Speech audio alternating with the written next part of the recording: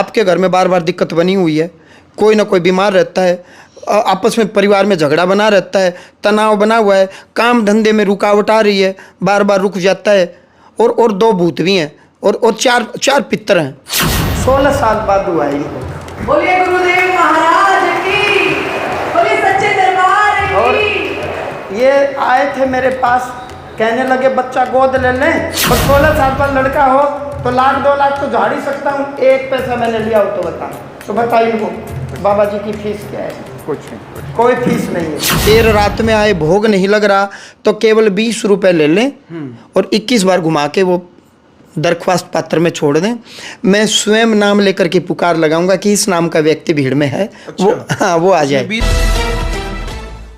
नमस्कार, मैं हूं अजय भारद्वाज और आप इस समय ग्राउंड मीडिया देख रहे हैं। साथियों, ग्राउंड मीडिया खास कार्यक्रम में खास शख्सियत से हम रूबरू करवाते हैं। फिलहाल मीडिया, सोशल मीडिया और अखबारों की सुर्खियां बने हुए हैं वही डॉक्टर दिनेश पुरी जी महाराज, आंसी वाले बाबा जी। काफ़ी सारी वीडियो सोशल मीडिया के ऊपर, काफ़ी सारी रील हमने इनकी देखी है, क्योंकि भाई बहुत सारे धाम आपने देखे हैं, जिन धामों के अंदर पर्चे के ऊपर समस्याएं लिखी जाती है, लेकिन भाई आसी के अंदर जो दरबार लगा जाता है, दिनेश जी महाराज जी हैं जो, ये भाई समस्या के साथ साथ में उसका समाधान लिख करके देते हैं।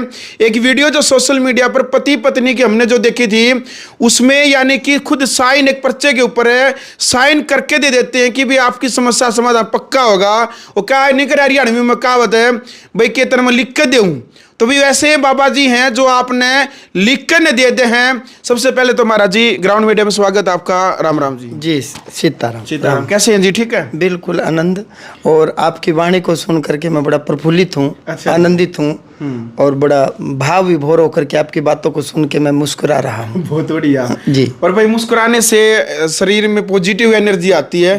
अच्छा महाराज जी, कई जो सारी वीडियो रील हमने सोशल मीडिया पर आपकी देखी है भाई, जो मेहंदीपुर बालाजी में जिस प्रकार से कष्ट काटे जाते हैं, चाहे वो भूत प्रेत है, चाहे आत्मा है, टोने टोटके हैं, हम नन्नू सुने भी अपने दरबार के अंदर इन समस्याओं का समाधान होता है। देखो, ग्राउंड मीडिया के जो भी दर्शक है, मैं आपके माध्यम से बताना चाहूँगा जी, ऊर्जा के बगैर तो कोई भी दुनिया में चल ही नहीं सकता। ठीक है, नकारात्मक भी चाहिए, सकारात्मक भी चाहिए। बिजली के सारे फेस आए, न्यूट्रल भी आया है, ठीक है ना? तो पॉजिटिव, नेगेटिव और न्यूट्रल। हमने बोल दिया कर्ता भरता हरता भगवान ब्रह्मा विष्णु महेश। अब जब ज्यादा कोई भी एक्सेस में होती है, ज्यादा सकारात्मक हो गई तो आदमी भक्ति में चला जाएगा, तपस्वी हो जाएगा, विरक्त होगा। और ज्यादा न्यूट्रल रहना भी कल्याणकारी नहीं होता कई बार समाज में, और ज्यादा नकारात्मक होना भी कई बार कल्याणकारी नहीं होता। तालमेल बनाना पड़ता है जी। लेकिन जब घर में नेगेटिव एनर्जी लग गई, लगा दी गई, या कहीं से लग गई, प्रवेश करा दी गई, या हो चुकी, तो फिर आदमी मैं भी जब नकारात्मक शक्तियों से ग्रसित हुआ, फैमिली में कुछ दिक्कतें आई, दुख आए, तकलीफ आई, क्राइसिस आए, तो उसके निवारण के लिए आदमी दौड़ता ही है। लेकिन समस्या आई कहाँ जाए, किस पर भरोसा करें? क्योंकि घर में दादा थे, वो तो कहते थे कमा के खाओ, कमा के खाने से पेट भरेगा। बिल्कुल। और किसान परिवार में जन्म हुआ, लेकिन अंततः ये हुआ कि दादाजी भी स्वर्गवास हो गया, दादी जी का स्वर्गवास हो गया, हॉस्टल में पढ़ाई की। अंततः फिर ये हुआ कि अब जाएं तो कहाँ जाएं। तब 1999 में पहली बार मेहंदीपुर बालाजी की शरण ग्रहण की। मैं वहाँ गया, मैंने देखा अपने आप लोग कूद रहे हैं, नाच रहे हैं, संकट आ रहे हैं, जा रहे हैं। मुझे वो बात पसंद आई। फिर वहाँ आवागमन आना जाना लगा रहा। गुरु की कृपा हुई। गुरु महाराज पूरी संप्रदाय में थे, आर्मी से रिटायरमेंट ले चुके थे। एक दिन आवेग में आकर के सिर पे हाथ रखा, कमर में थप्पड़ मारा, करंट दौड़ा। वो करंट आज तक काम कर रहा है। तो हर महीने शुक्ल पक्ष चांदनी 11, 12, 13, 14 पूर्णिमा, चांदनी एकादशी, द्वादशी, त्रयोदशी, चतुर्दशी पूर्णिमा को यहाँ श्री बालाजी धाम हासी, जो भी दर्शक हमें देख रहे हैं, आपकी मेरी बात तो 10 मिनट की है। बिल्कुल। ज़्यादा जानकारी फेसबुक और यूट्यूब चैनल है SHREE श्री बालाजी धाम हासी, वहाँ जाएं, पूरी जानकारी मिलेगी। धाम कार्यालय के फ़ोन नंबर सूचना के लिए मिलेंगे। हर महीने चांदन में 11, 12, 13, 14 पूर्णिमा को दरबार लगता है। एकादशी से पूर्णिमा तक पूरी रात लगता है। दरबार में आप कहीं भी बैठो, 20 रुपये के बतासे का भोग लगाएं बालाजी महाराज को, और बाकी बतासे ऊपर से उतार के डाल दें। भोग लगाने के पश्चात 2 बतासे खाने होते हैं। यदि आप देर रात में आए, भोग नहीं लग रहा, तो केवल 20 रुपए ले लें और 21 बार घुमा के वो दरख्वास्त पत्र में छोड़ दें। मैं स्वयं नाम लेकर के पुकार लगाऊंगा कि इस नाम का व्यक्ति भीड़ में है। अच्छा। वो आ जाए। 20 रुपये देने के बाद कहीं परिचय लिखाने की जरूरत नहीं है। कुछ नहीं, नथिंग। दरख्वास्त या रपट जो मेहंदीपुर बालाजी में पुराने समय में लगती थी, वो उन जमाने में 2.25 रुपए की होती थी, फिर 5 रुपए की हो गई, फिर 10 रुपए की हो गई, फिर 20 रुपए की हो गई, फिर वो कोरोना काल के पश्चात बंद हो गई। तो हम वो वही दरख्वास्त यहाँ लगवाते हैं। भीड़ में कहीं भी बैठे, ये नाम है, वो आ जाए। आने के बाद माइक हटा देते हैं, क्योंकि अंदर की बहुत सी गोपनीय बातें होती हैं, प्राइवेसी होती है। इज्जत सबकी है, मान सम्मान सबका, आत्ममान सम्मान, आत्मसम्मान को ठेस न पहुँचे। फिर मैं उसकी समस्या बताता हूँ, बेटा ये समस्या है, हाँ जी ऐसा ही है। फिर मैं उसका कारण बताता हूँ। कई बार जो आदमी आए, मैं कहता हूँ बेटा मृतक आत्मा तेरे संग आई है, ये नाम है। फिर वो बताते हैं जी मेरा दादा है, परदादा है, या मेरा भाई है, या मेरा चाचा है। इस प्रकार से वो खुद बताते हैं। वो उसके पीछे खड़े रहते हैं कि बेटा एक दिवंगत आत्मा आई है, उसका नाम ये है, ऐसे ऐसे इसकी मृत्यु हुई थी, तो वो बता देते हैं। और बेटा जीवित व्यक्ति का नाम ये है। ठीक है। मैं इशारा कर देता हूँ कि इन व्यक्तियों से आपने बचना है। बिल्कुल। बहुत सी चीज़ें होती ना, क्योंकि मेरी किसी से कोई लड़ाई नहीं है। अब समाज में कौन किससे ईर्ष्या द्वेष रखता है, ये तो उनके आपसी तालमेल है। लेकिन हमारे सन्मुख जो है उसका बचाव भी करना है। तो मैंने नाम लेकर के पुकार लगाई, भीड़ में से वो आया, माइक हटाया, उसकी समस्या बताई, समस्या का कारण बताया और निवारण पर्चे पर लिख करके दे दिया। तो ग्राउंड मीडिया के जो भी दर्शक देख रहे हैं, यदि आपके घर में कोई भी समस्या हो, भगवान का धाम है, 4-5 एकड़ में बना हुआ है, आपने देखा होगा, ये धर्मशाला है, भंडारा यहाँ पूरे वर्ष भंडारा चलता है। रहने की, रुकने की, खाने की यहाँ पूरी व्यवस्था है। VVIP रुकना है जी, मैंने तो शहर में होटल है, आप रुकें। बिल्कुल। जिसने रुकना किसी होटल में रुके, हमारा तो उससे कोई लेना देना है नहीं, लेकिन समय देना पड़ता है। जब भी दरबार में हमने समय दिया, लोगों ने समय यहाँ दिया, खूब आदेश आए, मैंने बताया। फिर भी यदि कुछ लोग रह जाते हैं कि जी गुरुजी से मिलना तो बहुत आवश्यक है, तो 7 दिन 8 दिन फिर हम उनको फ्री ऑफ कॉस्ट टोकन दे देते हैं कि प्रतिदिन मैं 50 टोकन दूंगा। 50 टोकन का मतलब ये हो गया कि 200 आदमी, एक घर के 3 या 4 आदमी, मान लो 150-200 आदमी हो गए। फिर मैं उनको अलग से यहाँ बैठा करके समय देता हूँ। लेकिन आदेश दरबार में ही आते हैं। यहाँ कमरे में मिले कोई गारंटी नहीं है, आपके आदेश आ भी जाएं और ना भी आए। दरबार कब तक चलता है? 8 घंटे तक भी चलता है, 7 घंटे तक भी चलता है। जब तक आदेश आते रहे मैं चार्ज रहा और मैं नाम ले करके बुलाता रहूँगा, बताता रहूँगा। मंत्र पढ़ते जिसमें नकारात्मक ऊर्जा होगी वो अपने आप बोलने लगते हैं। अच्छा। मैं किसी को स्पर्श नहीं करता। और पूछो, आप क्या पूछना चाह रहे हो? बिल्कुल भाई, देखो पहली बात तो बाबा जी का जो स्वभाव है वो हंस करके बात बताने का काफ़ी एनर्जी भी आपको मिल रही होगी। भाई काफ़ी लोगों के सवाल हैं, हालांकि खुद जो स्वयं दिनेश पुरी जी महाराज ने बताया भी है, किसी के घर में चाहे गृह क्लेश की बात करें या किसी भी माता बहन को बच्चा पैदा नहीं होने लग रहा है, शादी के 3-3, 4-4 साल, 10-10 साल के बाद भी बहुत सारी महिलाएं, पति पत्नी आज इस बात से परेशान है। किसी भी समस्या से यदि गुजर रहे हैं तो ये आपने कहीं जाने की जरूरत नहीं है। भाई हांसी वाले बाबा जी नु कहने लग रहे हैं भाई आप दरबार में आओ और 20 रुपये, मात्र 20 रुपये जो है आपने वो वार करना है, वो डालने हैं। और नु कहने लग रहे वो भी हाजिरी के तौर पे, आपने कोई परिचय नहीं लिखना, बावजूद उसके खुद महाराज जी यानी दरबार में तो आपने उठाएंगे और आपकी जो समस्या है उसका निवारण पर्चा लिख कर नहीं दे देंगे। यही बात है। देखो ग्राउंड मीडिया के जो दर्शक हैं वो अपने ही घर में हमारी ये वीडियो देखते ही आप अपने भगवान के सामने अपने घर में 20 रुपए लें, आत्मा दिल से कहें कि मैं मेले पर जाऊंगा। अब 8, 9, 10, 11 जून, ठीक है, 8 जून, 9 जून, 10 जून, 11 जून को दरबार लगेगा। कोई माता बहन है, कोई भाई है, कुछ भी है। यहाँ का जो हांसी के अंदर जो ये हांसी शहर है, जिला हिसार में पड़ता है, हरियाणा में। हांसी शहर में आप बस स्टैंड से आओगे तो सीधी ऑटो आती हैं। जब हिसार से आते हो तो गीता चौक पड़ता है, गीता चौक से थोड़ा सा आके सत्संग भवन है व्यास वालों का, राधा स्वामी वालों का, वहीं धाम के बोर्ड लगे हैं। ये राधिका धागा फैक्ट्री है, नंदनगर है। और धाम कार्यालय के पूरे फोन नंबर आपको स्क्रीन पर दिखाई देंगे। और श्री लगा के SHRW श्री बालाजी धामासी, फेसबुक यूट्यूब पर भी धाम कार्यालय के नंबर मिलेंगे। 20 रुपए अपने घर में 21 बार 21 टाइम्स घड़ी की सुई की दिशा में घुमाएं। मन ही मन अपना विषय अपने भगवान को कहें, भीड़ में यहाँ करके बैठें, श्रद्धापूर्वक आओ, आप समय लें, समय दें, यहाँ बैठें, नंबर अपने आप आएगा। अपना कनेक्शन आप बनाओ। कनेक्शन कैसे बनेगा? जब आप यहाँ आए, आरती अटेंड की और भीड़ में बैठ गए। मैंने आपकी पुकार लगा के आपका विषय बता दिया और समस्या बता दी, कारण बता दिया, तो आपका कनेक्शन हो चुका है।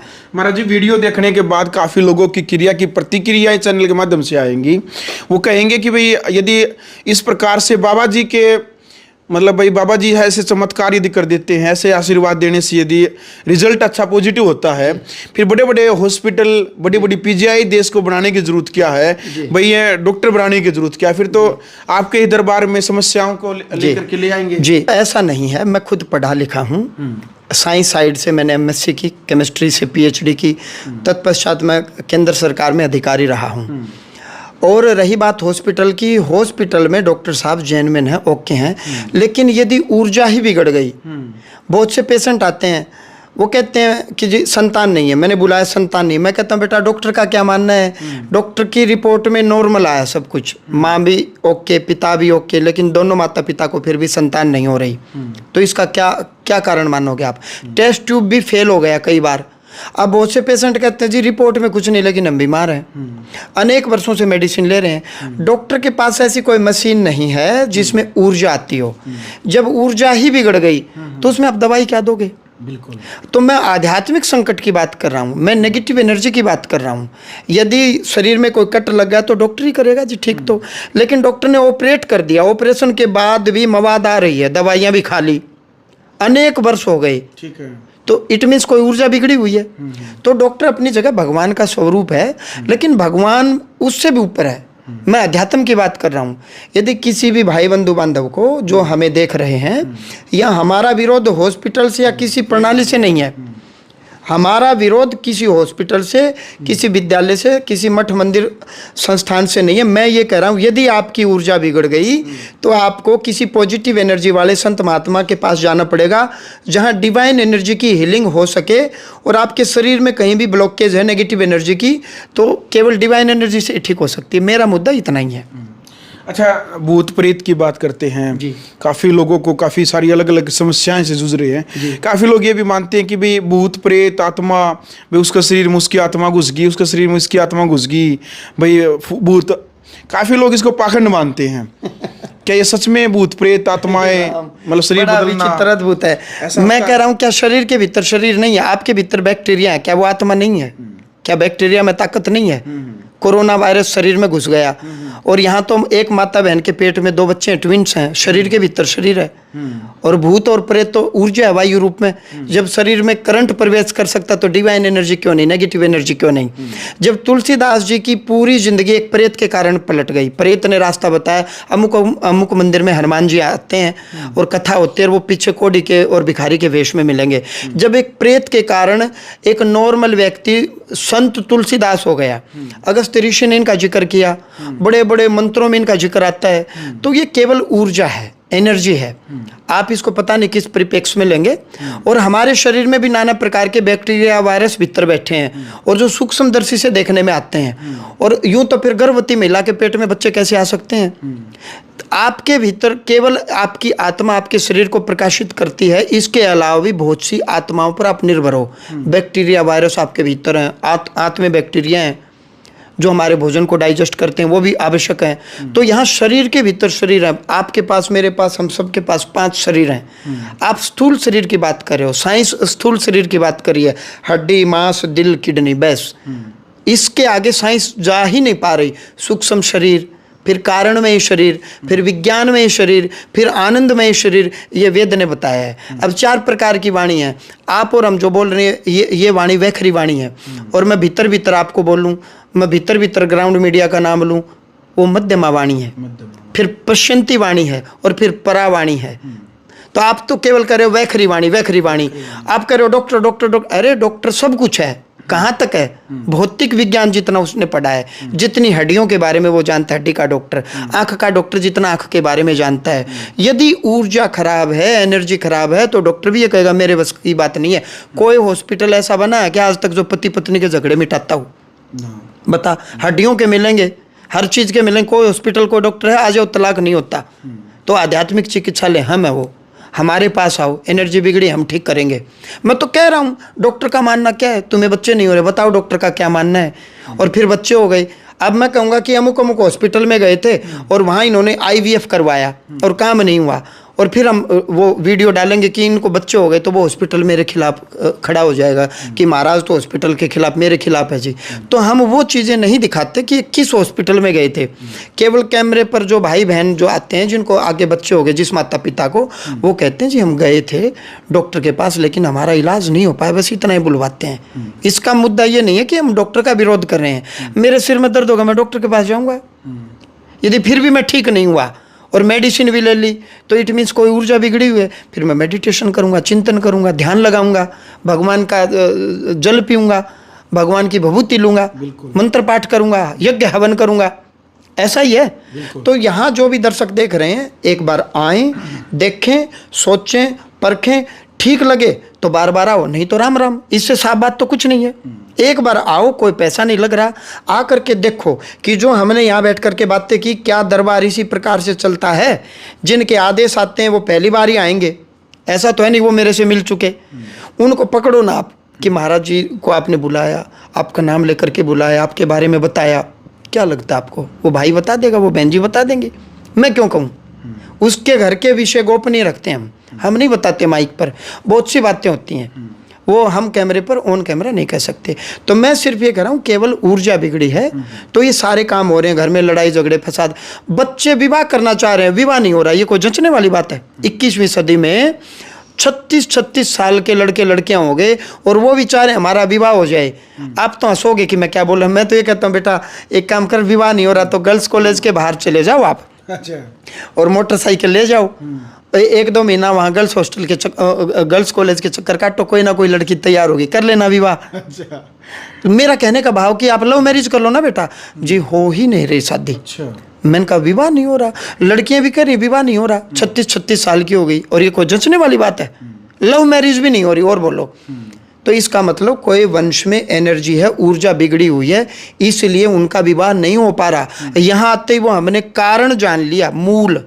आप वृक्ष को देख रहे हो, 70 फीट 36 फुट 40 फीट ऊंचा वृक्ष है और नीचे जड़ का नहीं पता, जड़ कितनी गहरी है। मैं जड़ देख रहा हूँ कि इसकी जड़ में पितृ दोष है या वंश में दोष है या ऊर्जा बिगड़ी हुई है या इस जीव के अपने प्रारब्ध पूर्व जन्म कृत संचित पाप कर्म खोटे हैं, इस कारण इसका ये काम नहीं हो रहा, ये मन की कामना पूरी नहीं हो रही, ये मनोरथ पूर्ण नहीं हो रहा।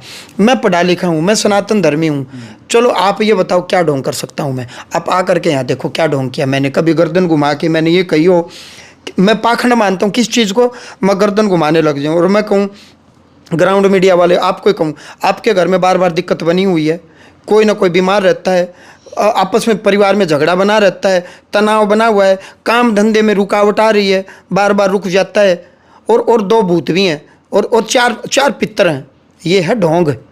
मैंने घर देख लिया, घर में तनाव देख लिया, मैं घर के एक सदस्य का नाम तो बताऊं?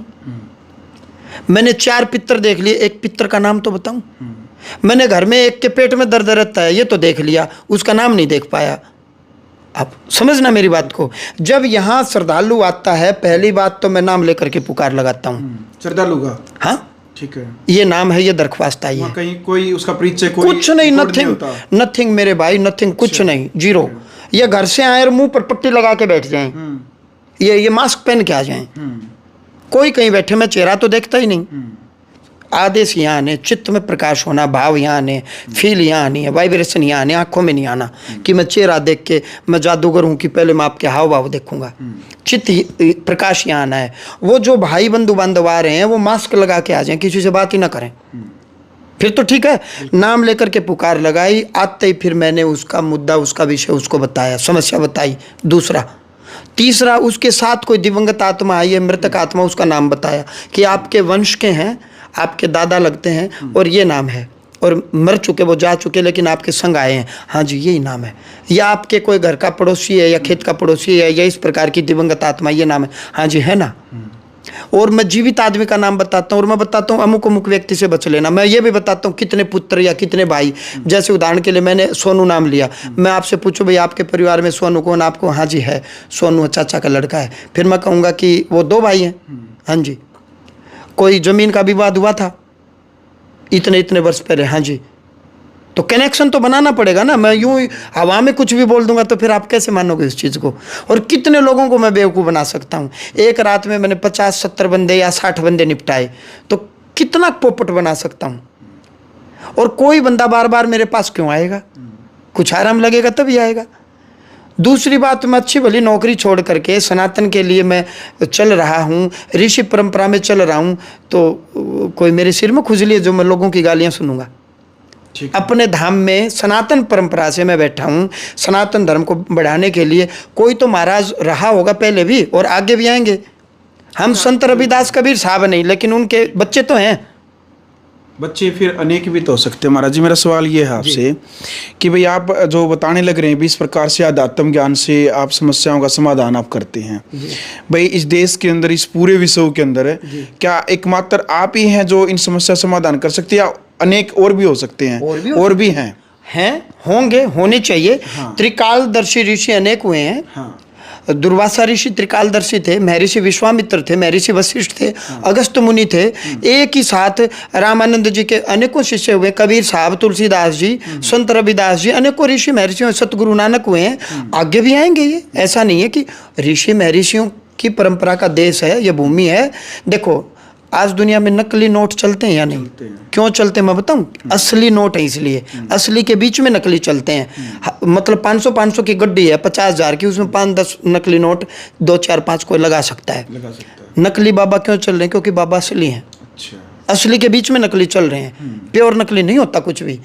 तो और भी हैं और होंगे, आगे भी होनी चाहिए असली। बिल्कुल जी।